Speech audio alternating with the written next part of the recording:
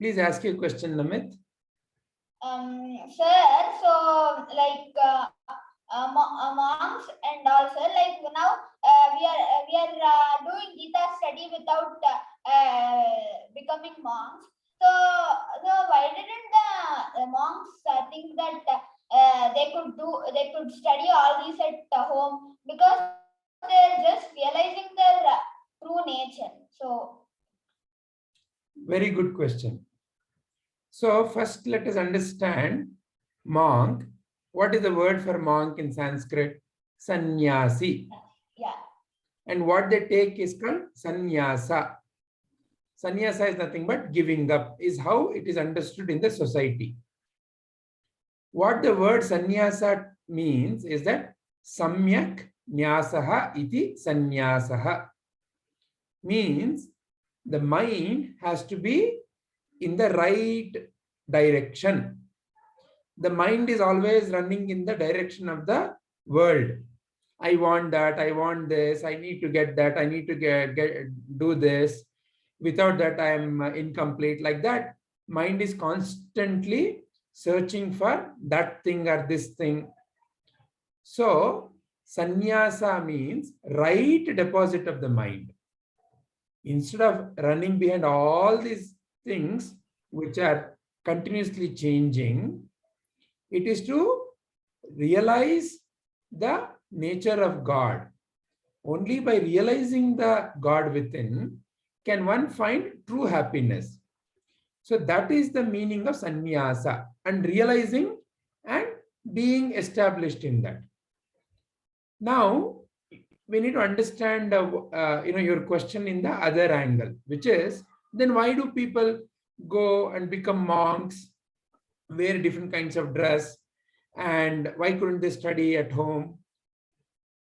One is, in the Indian traditional system, when someone realizes their true nature, and when they realize that that is a true path for happiness and freedom, it is such an overwhelming feeling that it's like, when you have the nicest thing, and you know that that nicest thing can bring so much of joy and happiness to others.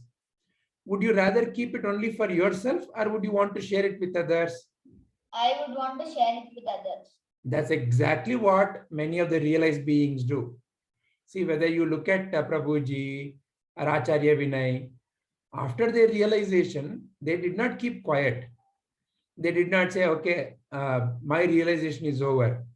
They have been working tirelessly to bring that realization to others.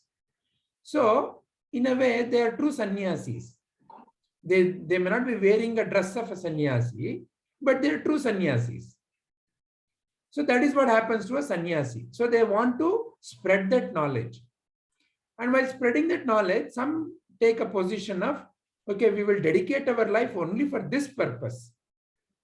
Like how now Prabhuji is dedicating all his time for spreading spiritual knowledge. Like that, sannyasi dedicates his or her time for spreading the true knowledge. But in society, some people misunderstand that realization can happen only when you wear a dress of a sannyasi, when you take up sannyasa. So we need to clearly understand that sannyasa means through clear understanding of what the great masters are teaching and imbibing that and using that in life. Their teaching is always about your true nature is that of God's nature, and in all beings there is God's nature only.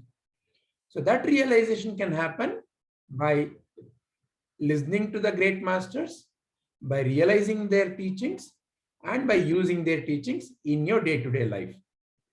And you can also be a sannyasi in the sense that you can help others realize this.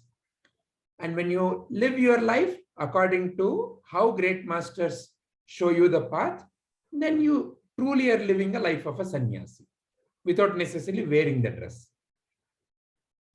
Does that bring clarity to the question you are asking, Namit? Yes, sir. All right. Then shall we conclude that? Yes, sir. All right. Hari Om.